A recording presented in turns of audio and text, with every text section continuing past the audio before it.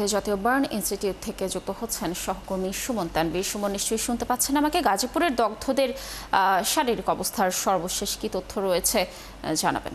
জানেন, আসলে গতকাল 3:30টার দিকে গাজীপুরের টঙ্গীতে একটি কারখানায় আগুন নেভাতে গিয়ে কিন্তু এই মর্মান্তিক ঘটনাটি ঘটে। অর্থাৎ সংবাদে যেটি আমরা জানাচ্ছিলাম যে 4জন দমকল কর্মী কিন্তু আহত হন, এবং আমরা জানি যে এই 4জন দমকল কর্মীর কিন্তু প্রায় 4জনই খুবই আশঙ্কাজনক অবস্থায় আছেন। তার ভিতরে 2জন, যার কথা সংবাদের শেষ অংশে বলছিলাম, আসলে শামীম, তার 100% শরীর কিন্তু আসলে পুড়ে গেছে, এবং তিনি ছাড়াও যারা এখানে চিকিৎসাধীন আছেন, নাইমের কিন্তু 42%, এবং নুরুল হুদা নামে আরেকজন আসলে এখানে চিকিৎসাধীন আছেন, তারও শরীরে কিন্তু 100% পুড়ে গেছে। আমরা জানি যে এই আগুনে দগ্ধ যারা রোগী আছেন তাদের কিন্তু 10 থেকে আসলে 15% যখন পুড়ে যায় তখনই কিন্তু তাকে আশঙ্কাজনক অবস্থা বলা হয়, কারণ তার শ্বাসনালীর অংশটি পুড়ে গেলে ডাক্তাররা সবসময় তাকে ক্রিটিক্যাল অবস্থা হিসাবেই ধরে, এবং সেই হিসাবেই কিন্তু তাদের চিকিৎসা চলে। আমরা সকালে এখানে এসে যারা দায়িত্বরত চিকিৎসকরা আছেন তাদের সঙ্গে কথা বলছিলাম। তারা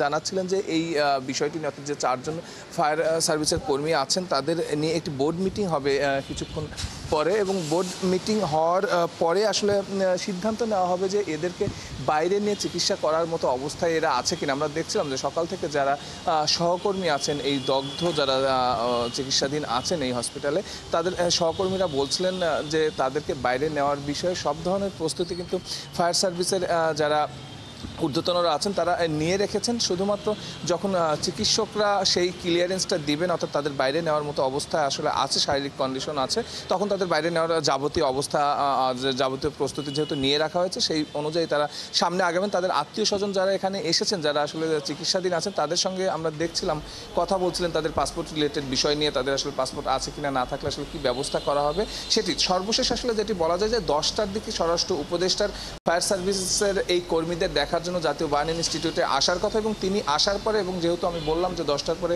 মেডিকেল বোর্ড বসবে, মেডিকেল বোর্ড আসলে সিদ্ধান্ত নেবে তাদের বাইরে নেওয়ার মতো অবস্থা আছে কিনা, সবকিছু মিলে স্বরাষ্ট্র উপদেষ্টার সঙ্গে সুমন, ধন্যবাদ আমাদের সাথে যুক্ত থাকার জন্য। নিশ্চয়ই মেডিকেল বোর্ড যে সিদ্ধান্ত নেবে, এই সিদ্ধান্ত আমরা আপনার মাধ্যমে দর্শকদেরকে জানানোর চেষ্টা করব। পরবর্তী সংবাদ সংযোগে দর্শক যুক্ত ছিলেন আমাদের সহকর্মী সুমন তানভীর।